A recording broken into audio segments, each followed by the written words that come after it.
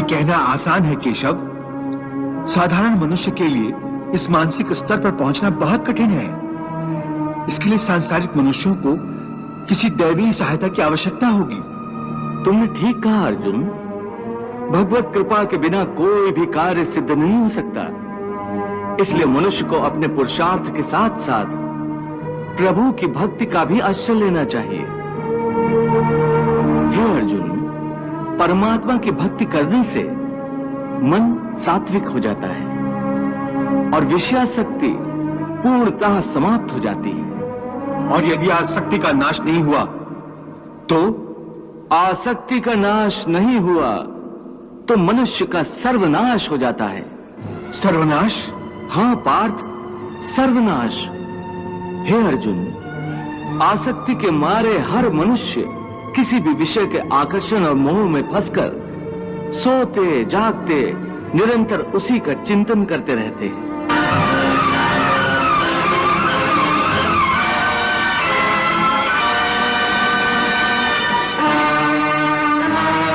जैसे कोई मनुष्य किसी सुंदर स्त्री के प्रेम में पड़ जाता है, जो जागते हुए उसी की कल्पना और सोते में उसी के सपने देखता है। इस प्रकार निरंतर चिंतन से आसक्ति की नींव पर काम की भावना उभरने लगती है।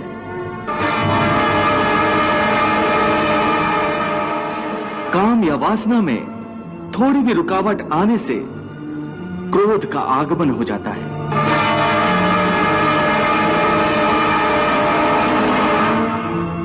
जहां क्रोध है वहां सम्मोह अथवा अविचार अथवा अविवेक भी है।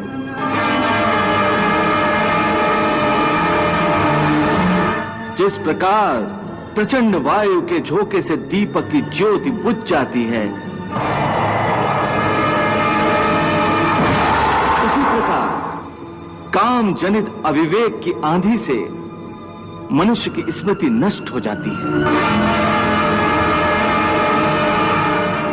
और जब स्मृति भ्रंश हो जाता है तब बुद्धिनाश में कितना समय लगता है पार्थ?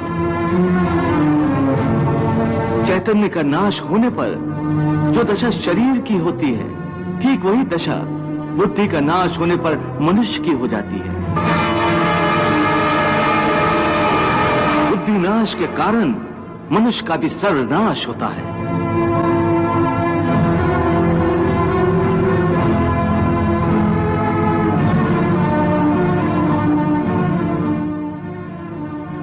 ध्यायतो विषयान् पुंसः संगस्तेषु उपजायते संगात संजायते कामः कामात् क्रोधा अभिजायते क्रोधात् भवति सम्मोहः सम्मोहात् स्मृति विभ्रमः स्मृति भ्रंशात् बुद्धिनाशो बुद्धिनाशात् प्रणश्यति को कह रहा हूं, स्थित प्रज्ञ होने को कह रहा हूं, क्योंकि स्थित प्रज्ञ की स्थिति निष्काम कर्मयोग की चरमावस्था है। ये का कोई स्पष्ट उदाहरण देकर समझाओ। हे अर्जुन, विशाल और अथाह सागर का स्वभाव स्थित प्रज्ञ मनुष्य की भांति ही होता है। हे पार्थ, नदी में यदि अधिक पानी आ जाए तो उस नदी में बाढ़ आ जाती है। उसकी तूफानी लहरें किनारों को तोड़कर चारों ओर तबाही मचा देती है। यह हाल एक क्षुद्र मन वाले व्यक्ति का होता है। थोड़ा सा धन, थोड़ी सी सफलता उसे हजम नहीं होती और धन और सफलता के नशे में चूर वो मर्यादाएं तोड़कर एक ओछे इंसान की तरह हरकतें करने लगता है।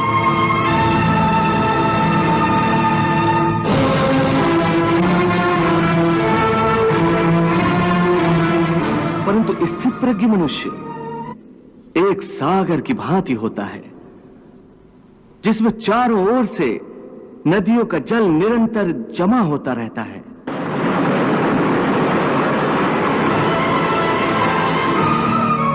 परंतु सागर उसी प्रकार शांत रहता है। नदियों का जल उसकी गहराई में गुम हो जाता है और सागर कभी अपने किनारे नहीं तोड़ता। उसके अंदर जल का स्तर वही रहता है। यही स्थित प्रज्ञ की अवस्था उत्पन्न कर देता है। परंतु स्थित प्रज्ञ मनुष्य की जीवन यात्रा जन कल्याण का उद्देश्य रखती है।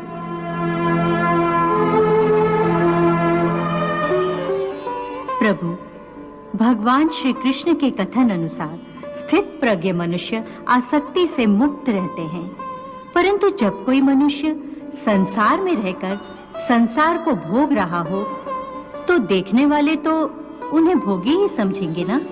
हाँ देवी, स्थित प्रज्ञ मनुष्य को इसकी चिंता कहाँ होती है कि कोई संसारी उसे क्या समझता है। वो संसार के भोग निरासक्त भाव से भोगता है। ऐसा धीरमती पुरुष यदि किसी नर्तकी का नृत्य भी देख रहा हो तो उसको भी वो भगवान की लीला समझकर देखता है। फिर कोई मनुष्य ये कैसे जान सकता है कि कोई व्यक्ति आसक्ति का मारा हुआ है या स्थित प्रज्ञ, वो भोगी है या योगी? देवी, जैसे चंद्रमा का असल रूप रात के अंधेरे में दिखता है, वैसे ही एक असली योगी का प्रकाश रात के अंधेरे में प्रकट होता है। क्योंकि जिस समय सारा संसार सोता है उस समय योगी अपने हृदय में ज्ञान का दीप जलाकर मेरी भक्ति की साधना करता है। पार्थ, सामान्य मनुष्य रात्रि का अंधकार होने पर सो जाता है तथा सूर्योदय होने पर जाग जाता है, परंतु योगी की दृष्टि में देह का सोना जागना महत्वपूर्ण नहीं है। कर्मयोगी ज्ञान के प्रकाश को दिन तथा अज्ञान के अंधकार को ही रात मानता है। पार्थ, विषयों के बारे में अज्ञान रात्रि के अंधकार के समान है। संसारी मनुष्यों की रात्रि के समय अज्ञानी नाशवान सांसारिक सुख उपभोगों में व्यस्त रहते हैं।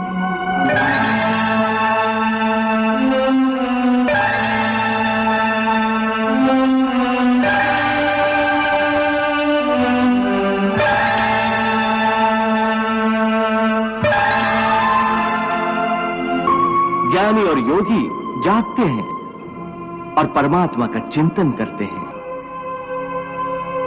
या निशा सर्वभूतानां तस्याम जागर्ति संयमी यस्याम जागृति भूतानि सा निशा पश्यतो मुनेः